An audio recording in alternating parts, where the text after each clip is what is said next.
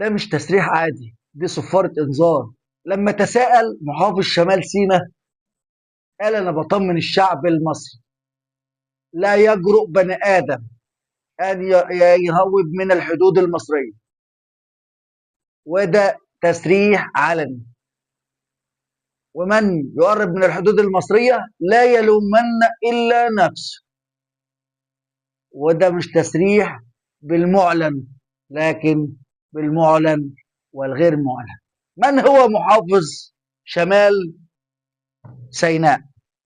اللواء خالد مجاور، 41 سنة في القوات المسلحة، خدم 41 سنة في القوات المسلحة، كان قائد الجيش الميداني الثاني، وكان قائد المخابرات العسكرية.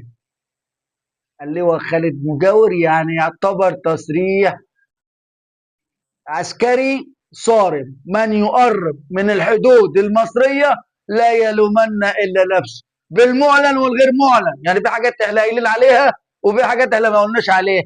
يعني اللي هيقرب مش هنقول نستنكر نستهدف، لا لا لا لا خالص. اللي هيقرب هيجرب. الجيش المصري ما بيهزرش، انها مصر يا ساده. تحيا مصر في كل وقت وكل حين. تحيا مصر واحنا دايما متجمعين. وكان معكم جويش.